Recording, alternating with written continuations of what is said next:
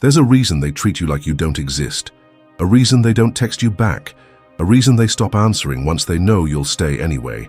You've convinced yourself you're being understood, tolerated, or loved quietly. But deep down, you already know the truth. You're not being loved. You're being tolerated. You're not being respected. You're being used. You're not being chosen. You're being kept around because you're too scared to leave, and they know that. Most people won't tell you this. Most people would rather lie to keep you comfortable. But let's get one thing clear right now. You're not invisible because you're not valuable. You're invisible because you've trained the world to believe you won't leave no matter how you're treated. You don't make noise. You don't ask for anything. You don't threaten to walk away. You just stay, and that quiet desperation, it screams. Carl Jung spoke about the process of individuation, the transformation of becoming a whole, actualized self. But there's one thing he emphasized that you've ignored. That journey starts with confrontation. Confrontation with yourself, with your shadow, with the parts of you that are afraid, insecure, weak, dependent, desperate for love, for validation, for someone, anyone, to stay. And as long as you avoid that confrontation, you are not free. You are compliant. You are emotionally handcuffed. Think about it. You shapeshift to keep people interested. You suppress your truth to avoid arguments. You minimize your needs to avoid being too much. You'd rather lose pieces of yourself than risk losing someone else. And then you wonder why you feel empty, why no one sees you, why you constantly feel like you're on the outside of your own life. It's because you're not living. You're surviving under the illusion that proximity equals connection. But proximity isn't intimacy, and silence isn't peace. You've mistaken being available with being seen, being useful with being wanted, being needed with being valued. And now you're addicted to staying close to people who only feel safe when you stay small. You keep them around not because they nourish you, but because you fear what happens if they disappear. But here's what Carl Jung warned us about. When you fear loneliness more than manipulation, you will always be someone else's tool. You will never be your own person. There's a cruel irony in this, mind, because your deepest fear is abandonment. But in trying to avoid it, you abandon yourself first. Every time you smile through disrespect. Every time you stay silent when your voice is shaking inside your chest. Every time you excuse behavior that would be unacceptable if it were happening to someone else. You betray yourself, and you call it love. Jung believed that we carry within us both our light and our shadow. But you've buried your shadow so deep, so far down that now it rots inside you. You've mistaken kindness for passivity, empathy for submission, and love for attachment. But those aren't love. They're emotional suicide disguised as loyalty. You think your silence is mature, that your patience is powerful. But tell me, if you died tomorrow, how many of these people you're trying to please would cry for you, or simply find someone else to absorb their needs? You're not healing by staying quiet. You're just building a cage that looks polite from the outside, but feels like hell from within. If this message stirred something deep inside you, write in the comments, "I'm choosing myself from now on." And don't forget to subscribe. This space was made for people like you. The hard truth? They ignore you because they know you'll take it. They disrespect you because you won't leave. They breadcrumb you because they know you'll eat whatever they drop. You think they don't see your pain, your exhaustion, your fading self-worth, but they do. They just know that as long as you're afraid to be alone, they never have to change. Why would they? You've never given them a reason to. This isn't about turning cold or heartless. It's not about becoming cruel or detached. It's about survival. And not just physical survival, but psychological survival. Soul survival. Carl Jung said that loneliness does not come from being alone, but from being unable to communicate the things that seem important to oneself. And if you're stuck in spaces where your truth is inconvenient, your needs are too much, your presence is optional, that's not love, that's exile. You're exiling yourself in exchange for scraps of approval. You're locking yourself in emotional rooms where you're too afraid to knock on the door and ask, "Do you even want me here?" Because deep down, you know the answer might destroy you. But here's the real destroyer: staying anyway. Because every time you choose to stay where you're not seen, you shrink. You become quieter, you disappear, not all at once, but slowly. And by the time you realize how much of yourself you've lost, there's barely anything left to recover. You've become a shadow of your former self. And the tragedy is, you did it to avoid feeling alone. But let me ask you this. Is this really better than being alone? Is being forgotten in a room full of people really better than facing a night in silence with yourself? You think you'll break if you walk away, but maybe breaking is exactly what you need, because some versions of you need to die. The passive version, the version that begs, the one that settles for half love and half attention. That version wasn't alive, it was coping, and that's where everything begins. Not when someone chooses you, but when you finally stop choosing pain, stop choosing fear, stop choosing to be invisible so others can feel comfortable, stop calling your silence strength when it's really surrender. Because you are not strong for staying, you are afraid, and fear is not freedom. Freedom begins with confrontation, with walking into the fire of your own loneliness and realizing it won't kill you, but staying where you are will. And when that realization hits, you'll understand what Jung meant when he said, "The privilege of a lifetime is to become who you truly are." But you can't become that person while you're still owned by the fear of being left behind. And that's the terrifying part, because to reclaim your life, you must first be willing to lose everything that was never really yours. They see it the moment you walk into the room. You think you're hiding it well, the way you check your phone for a message that never comes, the way your voice lowers when conflict rises, the way your body tenses every time someone takes a little too long to respond. You think you've masked your anxiety, your fear of rejection, your need to be needed, but you haven't. They notice. They always do. People can feel your desperation before you speak. It's in your silence. It's in how quickly you apologize for existing. It's in how fast you backpedal after stating a boundary. They don't have to guess whether you'll stay. Your entire presence screams, "Please don't leave me." And the moment they see that, you lose power. You stop being a person and you start becoming a resource, a backup, a placeholder, a tool they'll use until you finally collapse under the weight of your own invisibility. Carl Jung understood this. He saw clearly that our relationships reflect back the unconscious parts of ourselves we refuse to confront. When you fear abandonment, you attract people who test your willingness to be abandoned.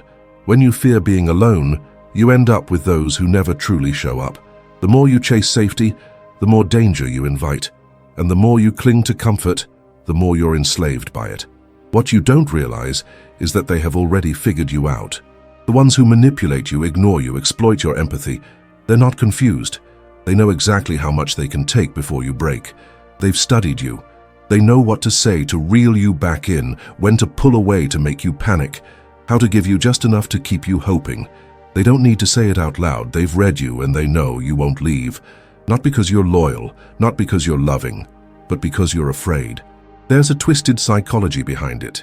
People are drawn to power and repelled by emotional fragility. The more you shrink, the more they expand. The more you accommodate, the more they demand. And slowly, without realizing it, you've taught them that your love is unconditional, but your dignity is optional. They know that if they hurt you, you'll cry quietly, that if they disappear, you'll wait, that if they lie, you'll convince yourself they meant well. And this isn't love. This is psychological warfare, and you're losing. You might be thinking, but I'm a good person, I'm just trying to keep the peace. That's exactly the problem. You've confused peace with submission.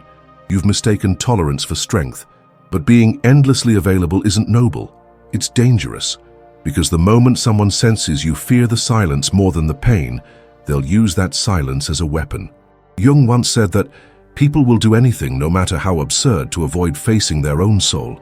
And you've been doing just that, hiding in relationships that keep you distracted from the real work, confronting your dependence, your shame, your fear of being left alone with your own thoughts. You're not afraid of being alone.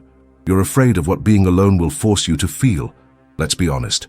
You've stayed in conversations where your voice was ignored, in rooms where your presence was unnoticed, in connections that drained you more than they filled you, not because they were beautiful, but because they were familiar. Because somewhere deep inside, your pain started feeling like home. And when pain becomes your comfort zone, love feels foreign, even dangerous. So now you rationalize. They're just busy. Maybe it's my fault. I don't want to seem needy. But you're not needy. You're starving. Starving for validation. Starving for safety. Starving for something real. And yet you keep returning to the same emotional deserts, hoping for water. You're waiting for the ones who broke you to put you back together. But they won't. Because they don't have to. You never ask them to. This is the trap of dependency. It disguises itself as connection, but it's really just survival in a prettier outfit. You've confused attention with affection, control with care, presence with partnership. But you can't heal in the same place that taught you to suffer silently, and the longer you stay, the more they believe they're right to treat you this way. Here's the truth no one tells you. They manipulate you not because they're strong, but because they know you won't fight back. They test you because you always pass their tests, with silence, with forgiveness, with staying. And every time you come back after being disrespected, you lower your value in their eyes. Not because you're worthless, but because you act like you are. But you weren't born to be someone's emotional punching bag. You weren't put on this earth to beg for scraps of love, to chase ghosts, to plead for recognition in places that never saw you. Carl Jung warned us, if we don't become conscious of our patterns, they will rule our lives, and we will call it fate. That's what you're doing, calling this loyalty, calling this destiny. But it's not fate, it's fear. And fear doesn't protect you, it chains you. Imagine for a moment what would happen if you stopped replying, if you stopped explaining, if you stopped showing up where you're not appreciated. How many of those people you cling to would chase you back? How many would even notice? The fear that rises when you ask that question, that's the part of you that still needs healing. This part of your life, the one you're in right now, is a test. Not from them, but from yourself. Will you keep choosing the pain you know? Or will you finally step into the terrifying unknown where your freedom lives? Because that's the paradox. The people who fear solitude the most are the ones who need it the most. Not to suffer, but to finally see. See what you've become. See how low you've sunk. See how many parts of yourself you've amputated just to stay in someone's life. And when you see it, really see it, you won't be able to unsee it again. You'll start hearing the way people talk down to you. You'll feel the moments they withhold affection to control you. You'll notice how often you beg, explain, rationalize, and shrink just to avoid being left behind. And one day, you'll look at the person in the mirror, and you won't recognize them. Not because you've changed, but because you finally realized who you were all along, and who you let the world convince you not to be. And that's where we go next, into the hardest part.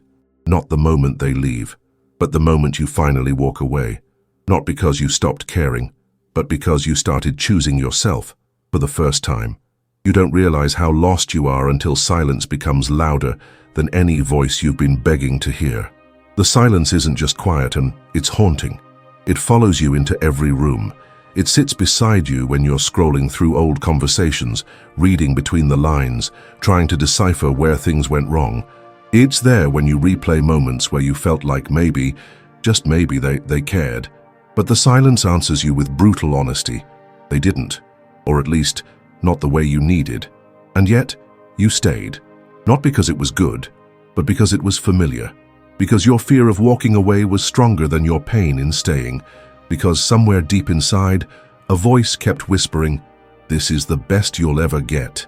You didn't believe you could be loved without shrinking. You didn't think you deserved attention without earning it. You thought if you gave more, tolerated more, forgave faster, they'd finally see your worth. But what if the problem wasn't that they couldn't see your value? What if it was that you couldn't? Carl Jung believed that our lives are shaped by the stories we tell ourselves in silence. The story you've been living, that you're only lovable when you're useful, that your presence only matters when it serves someone else. That being alone means being a failure. These are not truths. These are emotional viruses, inherited, absorbed, and repeated until they become your identity. You learned early that being too loud made people leave, that standing up for yourself made them angry, that needing anything made you a burden. So you adjusted. You became agreeable, pleasant, passive. You turned your emotions down to keep the peace. But peace built on self-abandonment is a lie, and deep down, you always knew it. And then it happens. One moment, one fight, one dismissal, one more ignored message snaps something in you. And it's not rage, it's not even sadness, it's numbness. The kind of numbness that doesn't ask questions anymore, the kind that doesn't beg, doesn't chase, doesn't try. That moment is terrifying, but it's also your first taste of freedom, because for the first time, you're not reacting, you're observing. You're not defending your worth. You're reclaiming it. You're not fighting to stay Karita. You're wondering why you were fighting at all. And as much as it hurts, as lonely as it feels, this is the beginning of your liberation. You don't realize it yet, but you're stepping into the wilderness of your own selfhood. You'll feel it in waves. You'll resist it at first, try to go back. You'll draft texts you never send. You'll stalk their online status. You'll wonder if you made a mistake. But over time, the silence that once haunted you becomes sacred. You'll notice the difference in your body. Your chest won't feel as tight. Your energy won't leak every time your phone lights up. You'll start to sleep better, not because they came back, but because you stopped needing them to. Solitude, Jung taught, is not the absence of connection. It's the presence of the self. But you've never met yourself without someone else's opinion standing in the way. You don't know your own voice yet. You don't know what it's like to live a day without scanning the world for signs of approval. But when you finally taste it, even for a second, it changes everything. You'll walk into a room and not care who notices. You'll say no and not explain. You'll laugh alone, cry alone, think out loud without shame. You'll begin to feel the difference between being lonely and being free. And slowly, you'll realize that what you feared most, solitude, was never your enemy. Your enemy was the version of yourself that thought you couldn't survive without being loved by people who didn't know how to love. This part of the journey is quiet. There's no applause, no audience, no one to congratulate you for leaving the toxic cycle. But Jung knew the most powerful transformations happen in the dark, when no one's watching, when you sit with the discomfort long enough to hear the voice beneath the fear. And that voice will say something you've never allowed yourself to believe. You are enough even in silence. It's here that the world starts to shift, not because it changes, but because you do. You'll notice how people speak to you differently when you're no longer desperate to be heard.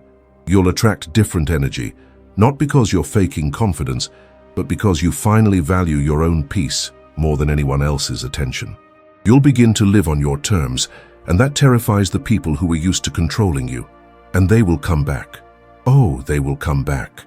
The ones who ghosted, the ones who breadcrumbed you, the ones who took your loyalty for granted. They'll feel your absence like a cut, because you were never invisible. You were just too accessible. And now that you're not, they'll want the version of you they once ignored. But here's the real test. Will you open the door again? You'll be tempted. Nostalgia will wrap itself around your neck like a warm scarf. You'll remember the good parts, the laugh, the connection, the comfort. But memory is a liar. It filters out the nights you cried alone, the mornings you woke up to silence, the way you felt like a ghost in your own life. Don't fall for it. Let us know in the comments. I will never abandon myself again. If this spoke to your soul, subscribe now and stay close. We're just getting started. Jung said that healing requires confrontation, not avoidance.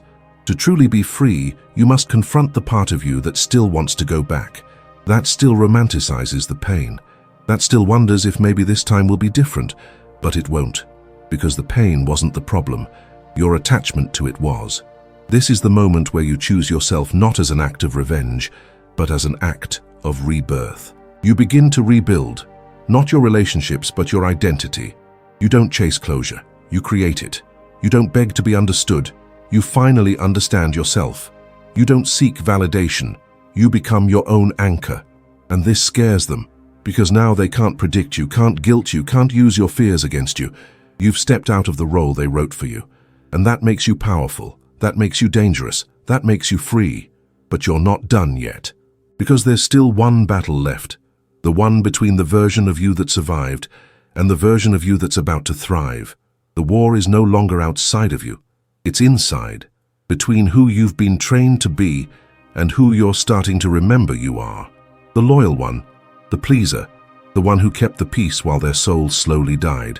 That version of you still whispers, still begs, still lingers in the background. But now there's another voice, one that doesn't need permission, one that no longer flinches when someone disapproves, one that doesn't ask to be chosen. Because now you understand, real freedom isn't found in being loved, it's found in not needing to be. Carl Jung wrote that freedom comes not through escaping the world, but by standing fully in our truth, even when that truth costs us everything we thought we couldn't live without. Most people never reach that level of inner clarity.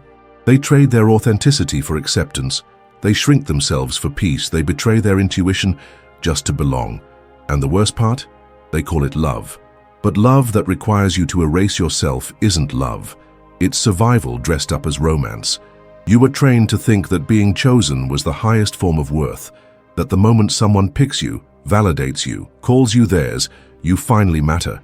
But now, you're starting to see the cost. Because being chosen in a world that rewards submission often means being chosen for your weakness, for your silence, for your compliance. And every time you made yourself smaller to be loved, they loved you a little less.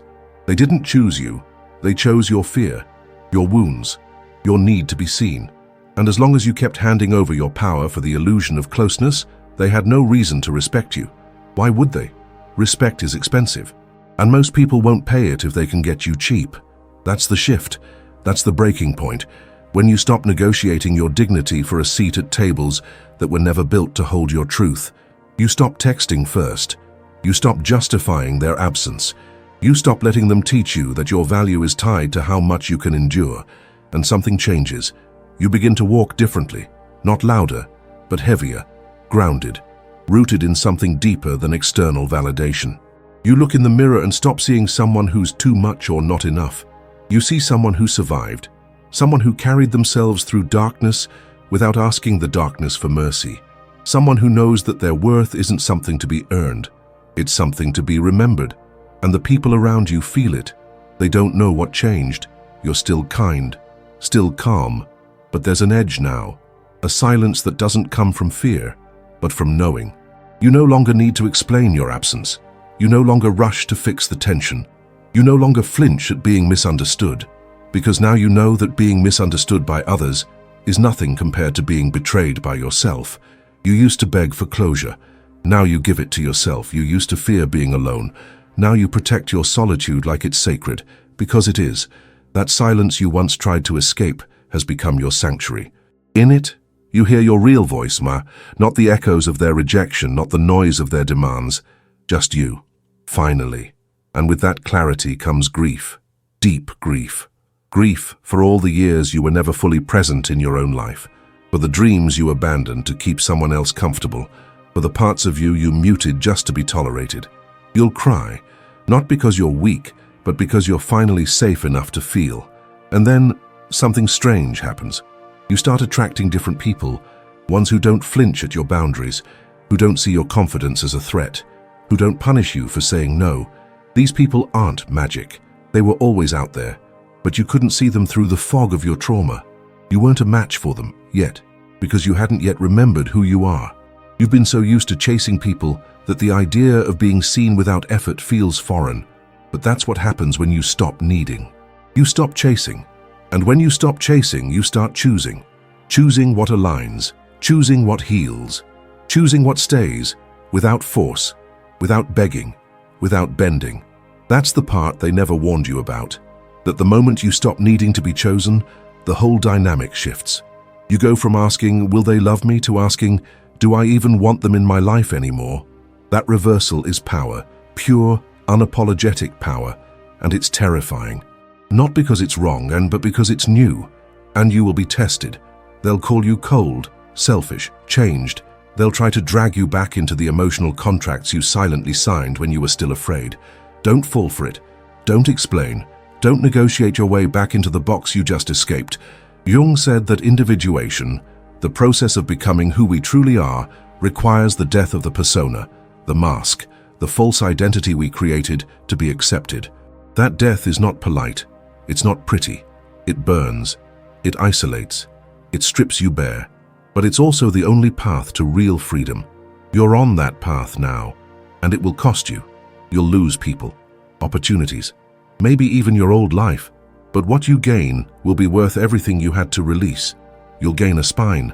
You'll gain a soul that no longer apologizes for existing. You'll gain mornings that aren't filled with anxiety, nights that don't end in overthinking, and days where your worth isn't up for debate. And most of all, you'll gain yourself, the version of you that doesn't just survive, but begins to rise. Because the moment you no longer fear being alone, you become untouchable, not heartless, not detached, but sovereign, whole, and finally, free. But there's still one step left, the one where you stop hiding, even from yourself. The one where you walk into your own silence and stay there long enough to be reborn. There's a moment, often quiet and unnoticed by the world, when a person crosses a threshold inside themselves. No celebration, no applause, just a deep, unmistakable knowing. I will never go back to who I was. You may not feel it at first. It doesn't come with fireworks. It doesn't feel like triumph. It feels like stillness, like standing alone in a room once full of noise. But this time you're not afraid of the silence. You welcome it. Because now the silence doesn't mean you're unwanted. It means you've stopped chasing the wrong kind of attention. Carl Jung called this process individuation, the psychological rebirth, the painful but necessary journey of shedding illusions to uncover your authentic self. It doesn't come when everything is perfect. It comes after you've been broken open, humiliated, abandoned, ignored, and yet you still choose to rise, not as a reaction, but as a declaration. I belong to myself now. This is the part no one prepares you for. After the storms, after the loss, after the grief, when you finally come face to face with yourself, not the mask, not the version shaped by others' needs, but the raw, unfiltered soul that has been buried beneath years of compromise. You're not trying to impress anyone anymore, not trying to be understood, not trying to be accepted by people who never bothered to ask how you truly feel. And in that moment of self-reunion, there is a freedom so sacred, so profound, that no relationship, no job, no approval could ever replace it. Because when you realize that peace doesn't come from being loved by others, but from no longer betraying yourself, you become untouchable. You no longer answer calls from your past disguised as opportunity. You no longer lower your voice just to be heard by people who never listened. You no longer explain your worth like it's something that needs justification. Instead, you move, you act, you exist without apology. And the irony, that's when the world begins to notice. When you stop trying to prove your value, people feel it. When you stop begging for love, love begins to meet you where you are. Not the fake kind, not the transactional kind, but love that sees you, respects you, and honors your boundaries. And if that love never comes from others, it's okay, because you've already given it to yourself. That's the shift. That's the liberation. You stop looking for someone to save you because you finally realize it was always going to be you. And now your life becomes sacred again. Every choice is intentional. Every moment is yours. You no longer perform for approval. You create from truth. You no longer hustle for validation. You rest in self-respect. You no longer fear solitude. You protect it. Because it was in that solitude that you were reborn, people will notice something different in you. They'll say you changed, that you're distant, colder, and they're right. You have changed. You've stopped carrying what wasn't yours. You've stopped editing your identity for temporary comfort. You've stopped betraying your soul just to belong. Comment below. This time I choose truth. If you felt seen by this video, hit subscribe and join the thousands who are finally waking up to who they really are. And to those who say you're different now, your response will be simple. I had to be. The old me didn't survive. Carl Jung believed that the most terrifying thing is to accept oneself completely. That kind of radical self-acceptance will scare people because it breaks every silent contract you had with them. And it says, I will not abandon myself just to keep you close. And some will leave, let them, you'll grieve them, you'll remember them, but you won't chase them, because now you chase only one thing, truth, your wholeness. And with every step, you become more of yourself, less reactive, more intentional, less attached, more aligned, less afraid, more free. This isn't a destination, it's a practice, a commitment, a sacred vow to never again abandon your own soul to feel temporarily loved. You'll still fall, still doubt, still ache, but now you'll rise faster, love deeper, breathe clearer, and every time the past tries to pull you back, you'll whisper to yourself, not this time, I've come too far. So if you're watching this right now and something inside you is trembling, pay attention. That's not fear. That's your truth waking up. That's your soul remembering who you are. Don't run from it. Don't silence it. Let it grow. Let it scream. Let it guide you. Because freedom was never out there. It was always waiting in the one place you were most afraid to look, within. And now, it's yours. Thank you for allowing this space to hold your transformation, for staying with yourself when everything in you wanted to numb, run, or shrink. If this message touched something real in you, know that you are not alone. There is a silent revolution happening, and you are part of it. If you're ready to go even deeper, the next video on your screen is your next step. Don't hesitate, don't save it for later. Let the transformation continue, right now. We'll see you there, with depth, truth, and respect. Carl Jung's legacy isn't in what he wrote. It's in the people brave enough to live it.